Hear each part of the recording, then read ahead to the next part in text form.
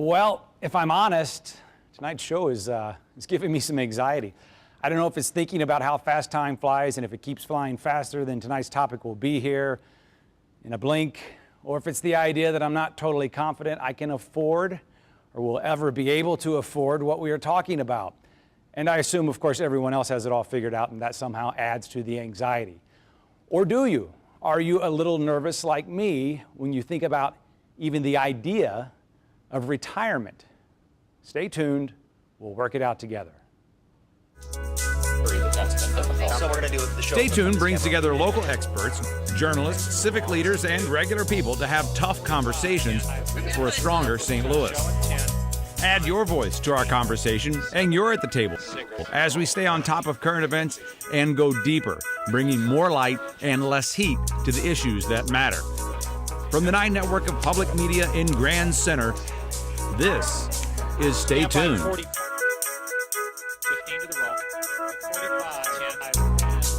It seems like no matter who you are, money is always on our minds. Whether you're wondering if you'll have enough to retire or buckling under the weight of student loans, the financial future for many feels like a never-ending uphill climb. Will Wilson weighed in. If I was 71, I would be looking forward to my retirement in about 15 years' time. But is the situation as bad as it seems? Well, maybe. Just this week, a video went viral of a rapper who wrote a song about paying off his student loans. I finished paying, selling, made it back.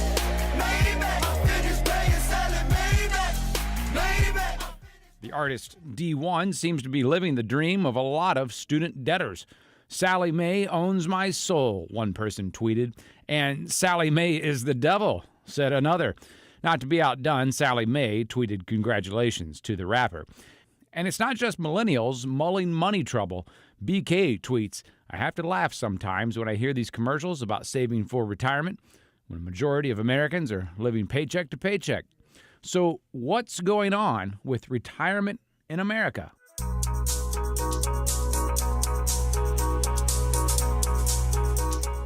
I love the video. That was awesome. I think that speaks to a lot. We'll get to that in just a second. Let me introduce everyone we have at the table here tonight to help us negotiate and kind of navigate this topic that we have here with us. Joel Halsey is a college student near graduation and also a production assistant at an esteemed commercial television station. I won't say their name, but their initials are KSDK. Yeah, so it's good to see you here in this capacity and willing to offer a little bit of a glimpse into your story on tonight's topic. I appreciate it.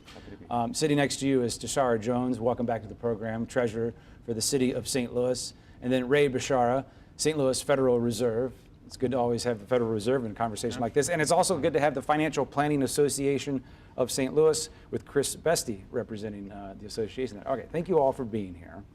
Am I alone in my anxiety that I expressed? Give us a snapshot. Ray, what does your empirical data say about retirement in America? Well, it really depends on your age, depends on your education, depends on whether you're white or black or minority. It's a very different picture depending on where you are in America. Older Americans generally are doing pretty well. They grew up in a time when the safety net was strong, the economy was booming, and companies had pensions. It wasn't too hard for them to save. It's different for middle-aged Americans who've struggled with home ownership and kids and aging parents. Younger Americans, yeah, it's been a real challenge. Yeah, it definitely, certainly breaks down in a lot of ways generationally is one way you can look at it. Let's, the ever-present Twitter force that it must be reckoned with is Kanye. And even he weighed in on this. He said education, I believe we can show it, puts Americans into debt before they even get a chance to get started. And for whatever it's worth, 60,000 people agreed with him online. So let's start with that that younger age range, perhaps. Is it different now? We kind of think, maybe we kind of hear that this generation won't be as well off as the next. Is that true? It is true, unfortunately. Younger Americans, many of them entered the labor market after the Great Recession. That's a problem. They didn't have the safety nets or the employers that their parents might have had. We have one statistic which really even shocks me, which is that an American born in 1970 is likely to have 40% less wealth over their lifetime than an American born in 1940. I don't like that. despite having higher education and maybe even a higher income, but their wealth is not likely to be what their parents was or their grandparents. We're in a different era here. And then keeping on the theme, so let's talk about, you just mentioned even with the education, the student debt. Here's a Twitter poll that we did. Which one of these keeps you up at night the most? It was kind of close between personal savings and student loan debt. Mm-hmm. These aren't scientific, but anecdotally, a lot of people are worried about student loan debt. Can you relate to that, Joel? Oh yeah, absolutely. I mean, I've accumulated about $12,000 so far in debt, which is something that before I moved on my own, I really didn't care about. It was something I thought, I could have my parents pay off, or I could have something that, I'm just going to forget about. But there's a very harsh reality that I faced when moving on my own. And I'm thankful for it, but I'm also a bit scared at the same time, because I know it's something that's going to be lingering over me for almost as long as I live, I like to think.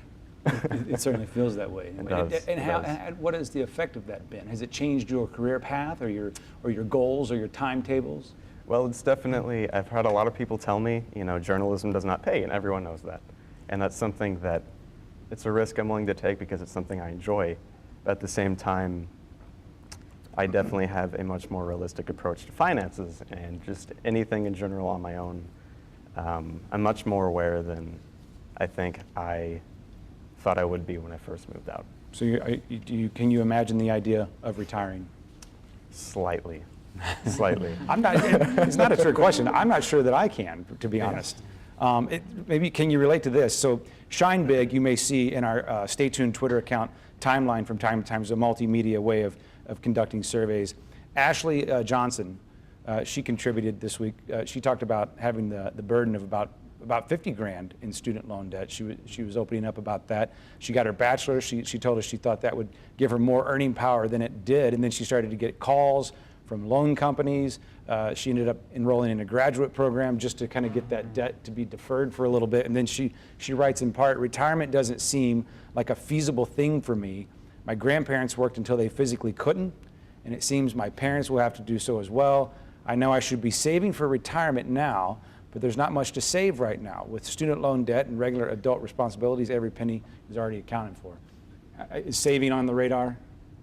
Slightly, very slightly. It's something that I definitely have, the past year, been working on more so, but yeah. I think that's probably a common reaction. Is it? Yeah, especially for his generation. Like you said, I mean, the Great Recession really just screwed that generation. I mean, they came out of college with tons of debt to nothing, to moving back in with their parents. Then, well, can't get a job, go back to school.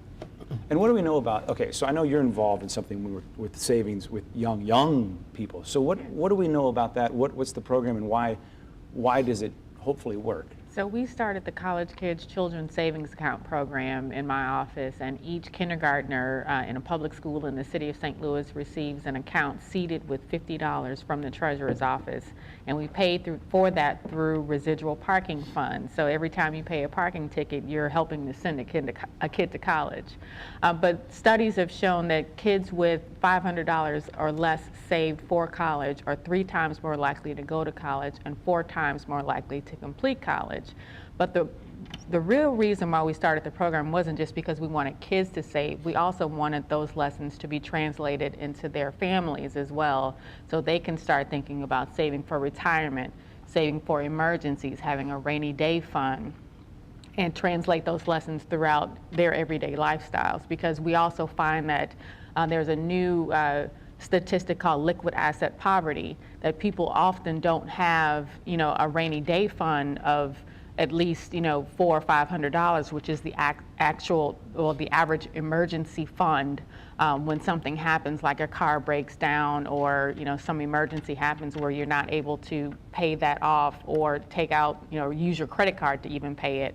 We're finding that families don't even save for minor emergencies, and that can throw a family off for months, perhaps years, just one slight emergency. So the idea is not necessarily that savings account itself is going to pay for college, but it's a kind of an attitudinal change there. Exactly. Trying to do some behavioral changes. We just had a tweet on the screen that I want to reference. Calling out Sallie Mae. We heard the rap. We heard the video. We've seen people talking about Sallie Mae owns my soul. Sallie Mae is the devil. And then we've also seen people saying, I owe Sallie Mae and the IRS, and all I did was get a job and a degree. Well, I mean, everybody owes the IRS. We know that. But I think the sentiment here is this person, like a lot of people we've seen on social media weighing in on this topic, they feel like they do the right thing, and it doesn't seem to be paying off, maybe, perhaps. I don't want to put words in your mouth. Is that a sentiment that you're familiar with or that you've heard and seen? Well, I mean, like what you were saying earlier about getting, with that Ashley Johnson, I think, getting letters and calls and all that, that was added pressure, and I understand why, because they need the money, but it definitely does not help the situation when you already know that you're aware and you need to pay back. But I would point out that not having a degree is far worse than having a degree with student loans, right? If you want to look at the numbers, clearly the strongest predictor of who has wealth and who doesn't is those who are educated. So you're better off being in school with manageable debt than not being at school at all to avoid student debt. The numbers are very clear. The only people who have built wealth in the last generation are people with college and graduate degrees. Other people without degrees have lost wealth. Because some people have kind of started to question the value of a college degree. You're saying it still outweighs. Absolutely. There's no question that and the returns on education have gone up over the last generation. And it's, as I said, one of the strongest predictors of wealth. Now, we need to think differently about how we finance those degrees. I agree with that. But the question as to whether or not you get a degree really shouldn't even be a question. Sticking with this kind of the younger generation before we move on to kind of the other segments we talked about, is there a value, we talked about the attitudinal shifts of saving. Is there some value if you are straight out of college, still in college, of just trying to save a few dollars in an IRA or something that looks towards the future? Yeah, if you can, of course. Because you want to create kind of a snowball effect. You start off small, then maybe you do realize, oh, I can save more and more and more. And then, going back to her point, a lot of people need to have just a savings account before a retirement account. That's step one. That's step one, yeah. I'm thinking of myself in college, and no. So most people just need to have something like that. I mean, because we all know how much books cost, right? So, but yeah, just $20 a week, putting it into a savings account. There's online savings accounts now that you can do that, where it's seamless, set it and forget it, and before you know it, yeah, you have a nice little savings account, and then and then maybe you get an internship, part-time job, whatever, then maybe you save more and more, and then you get in that habit, right? And then you don't miss that $25, and maybe you don't miss the $50, then $100 a month. So this is encouraging. This is the financial guy who I think you just said that in college you weren't the financial guy, so to speak. Like maybe I didn't have finances to be a financial guy in college. Yeah. Right. So, but yeah, I mean, it's doable. It's a learnable skill. Exactly. Yeah. It's a want to. You know, like anything, we all have unlimited wants, but we all have limited resources, right? So it's all about picking and choosing. Right, and we're also teaching kids at the high school level to save as well. We partner with the Summer Youth Employment Program, or STL Youth Jobs, out of the mayor's office, and we provide all those kids a free checking and savings account, and actually have them take a savings pledge and provide them financial education through the summer. And so far, over 1,200 kids have saved over $70,000 of their own money in savings accounts. You know, the checking accounts, you know, they may be there, they may not be, but we're encouraging them to save a portion of their money, because we'll tell them, hey, you never know what's going to happen after your job is over, you know, what kind of expenses you're going to incur as the school year goes along. And our partner in that program is a credit union, and they've set up a specific account for kids that's non-custodial if they're under 18. So that gives them a heads up, you know, or a head start on learning good banking habits while they're still in high school. Okay, let's move to the next kind of will the next generation, I don't know if it would be Gen X, I'm not exactly sure of the parameters there, but the people kind of in the prime of their working career right now, their earning career, their earning potential. Will they be working longer before they can retire? And is that necessarily a bad thing? Chances are good they will be working longer. The Great Recession really was devastating for many folks in Gen X. They had a lot of wealth in home ownership. They had a lot of mortgages. They didn't have a lot of savings in case there was an emergency. And so they've had a particularly hard time, middle-aged Americans, recovering the wealth that they lost in the recession, which of course dramatically reduced their ability to save for retirement. So I think it will be a particular challenge for that generation. And of course, we're living longer too. Right. How does that affect this whole equation?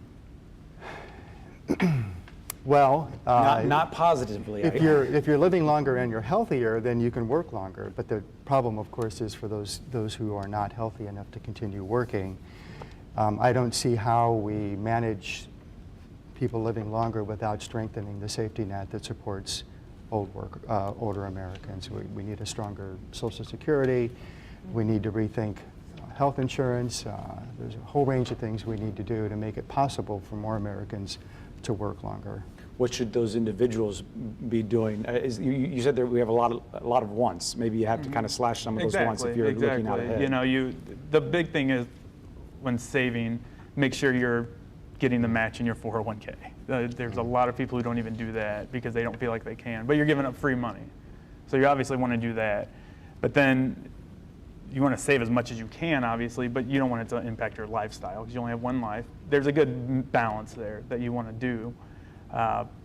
But yeah, we are living longer, so I mean, we need to save more. It's simple as that, but it's hard.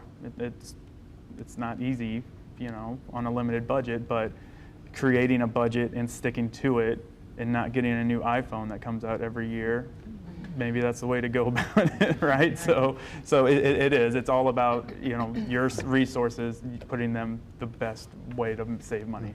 But I think it's important to understand that you can't expect every American to be able to save their way for a secure retirement. It's too much to ask most Americans. We have to have a stronger safety net. We have to have other ways to help Americans be healthy and be educated and be active. It's, you know, simply to think you can save your way fully for retirement is really not, it's just not possible. You mentioned at the beginning that things not only break down by age, but by race, by other factors.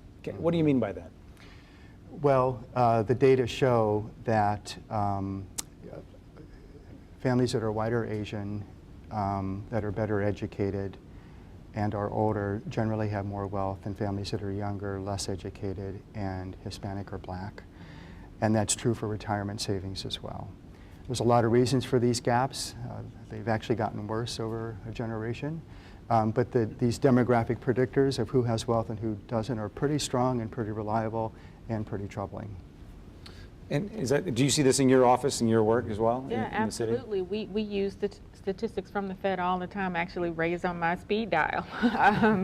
Like the average wealth of a white family is over $100,000 versus the average wealth of a black family is $11,000. That's a 10 times difference. And we try to address this through our lunch and learns with city employees, with the Operation Hope Inside office that we have in City Hall that allows people to take free classes and get free financial coaching in order to change their financial futures. We are trying as best as we can to address what we call silver rights, because we've addressed civil rights and now we're at silver rights and making sure that African Americans and minorities are participating in the financial mainstream. I like that, silver rights. Silver rights. Well, and I've heard there's a silver tsunami coming in terms of the numbers of people that are reaching that age. And does home ownership play in that equation too? Because I think we've seen this week on social media people saying, at last resort, I can sell my house. Not everyone has a house to sell. Right. That home ownership that happened, that generational wealth that's been passed down generations in white families didn't happen in black families because black families weren't allowed to participate in federal programs to buy homes in the 60s. And we've seen that in St. Louis and every other urban area as well. So, we don't have that generational wealth to pass down to our children as we've seen in other families. A house that was bought in the 60s, in Kirkwood is now worth hundreds of thousands of dollars versus that same house that was bought in the 60s in Ferguson is only worth $50,000. So there's redlining and other issues to be addressed as well. That was a contribution from Joe Fontaine on Shine Big there, where he was saying, I admit I haven't saved enough money for retirement, but I hope to sell my house and access that cash for retirement. He went on to say, but he's not really confident in that either, because the housing market might not do what we think it will. He may not have the financial ability to invest and improve in his house. So if you're, I guess it goes back to what you were saying, you probably shouldn't just count on the house, even though that is certainly a distinct advantage. Oh, totally. But you're right. It's not.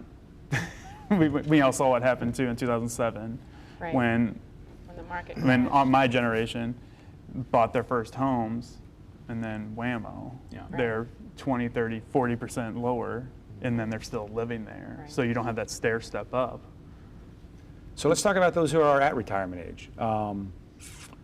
What should they know if they don't feel like they've got enough saved already? What can you do? Is it too late? What do you do if you don't feel like you've got enough? It's never really too late to, if you're working or in retirement. I mean, it's all about budgeting. I mean, you've got to, it's about the only thing you can do. Young people, they have time, right? That's the best asset, it's time. If you're in retirement, you control what you can control. You know what your income is, your Social Security, investments, pensions, which are going few and far between, but budgeting, I mean, because you're not going to get much cost of living increases with Social Security anymore. Your pensions may have cost of living, but the one thing you can do is budget your money better. Jumping back 2 generations for just a second, you have time. Do you feel that luxury, or does the burden of Sally Mae kind of wipe that luxury out? Well, it feels like a fantasy almost, because I know eventually I'm going to have to do it, and it's going to be something that everyone faces. Because, like my mom, for example, she is getting close to the retiring age, and I know, like, it's kind of given me a new perspective on that, as it lets me see just how that unfolds. But at the same time, I'm only 22, and it's just, I don't know, it's something that I think about every once in a while, but I choose not to, as silly as that sounds. But I feel like we've all heard the stats on, like, if he starts at 22 now Right. versus if he starts at 32, the difference is drastic. Yes, Yeah, Yeah, hundreds of it's thousands time of value of dollars. money. hundreds of thousands of dollars by the time Exactly. at the end. Okay, jumping, fast forwarding back to those. The next generation that is kind of in the middle there, they may have to work longer. The current retired age generation, are they working longer? They are working longer. They are healthier. They're more diverse. They're better educated. It's a good cohort. The baby boomers, they did a lot of things right, and their country served them well too. So they're not immune from the challenges, but relatively speaking, they're doing pretty well. It's the generations that are coming after them that are really very worrisome. As you mentioned, there is a graying of America, or a silvering of America going on. By 2000, we have 48 million retired Americans now. By 2030, that goes to 74 million. And we have fewer younger workers to support them. Again, I go back to this point, we can't just save and budget our way to security. There needs to be some role for public policy. Okay, I'm not speaking on behalf of the Fed here, but as a citizen, we need to think hard about how we allocate our resources. Right now, federal government, your tax dollars, $128 billion a year in retirement saving subsidies, predominantly going to folks who don't need the support. Very wealthy people are getting most of the tax assistance to save for retirement. The people who need it most are getting the least. People who can afford to start a Roth IRA will see the that's benefits right. on the back end. That's and right, things of that yeah. nature. So looking at the data here, it's very clear that the subsidies are going to the very people who need them the least. A societal conversation of some kind. You're talking about some rethinking the way we do this. Well, sure. I think it's, as a citizen, I think it's fair to question how our tax dollars are spent. And there's pretty good evidence to show that even as an economist, you don't want to encourage economic activity that would happen anyway. You don't want to encourage people to save and build wealth who would save and build wealth anyway. Right. So I think it's very important, speaking, as a citizen, but even as an economist, that we rethink how our public dollars are spent. Because even on the children's savings end, only 3% of families nationwide participate in the 529 programs or Save for College, versus, and those 3% are probably those who can afford to save for college. So again, looking at Ray's point about changing how we structure the safety net or our programs or even our tax incentives, why not give, those tax incentives remain on the table for people who can't afford to get them? So if you're saying only 3% of people are saving for college, then we know that by the time, most of these kids are getting to college, they're going to have hundreds of thousands of dollars of debt, depending on which career choice they make. I'm sorry, but you're just going to be in debt. And I'm still in debt from graduate school myself. So Sally Mae owns me. Really? Yeah. I want to talk, we have just about a minute or so left.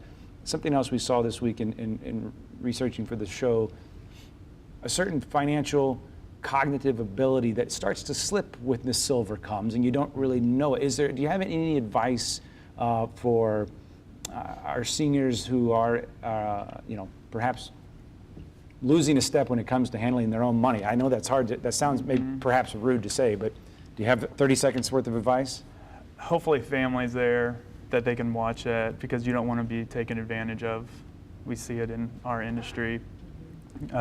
And if you don't, they hopefully have someone you can trust that can say, wow, he or she can't make those decisions anymore. Because you don't want to leave it to someone who may have an ulterior motive of selling something.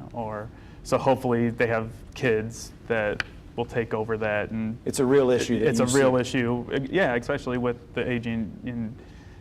There's legal documents that you may want to address, but it's a huge issue. We'll leave it there. Chris, thank you, and thank you, Ray, Tashara, and Joel as well. We'll leave you with just a little bit more of an entertaining look at what it feels like to pay off your student loan debts. Till I pay them all off. Peace sign.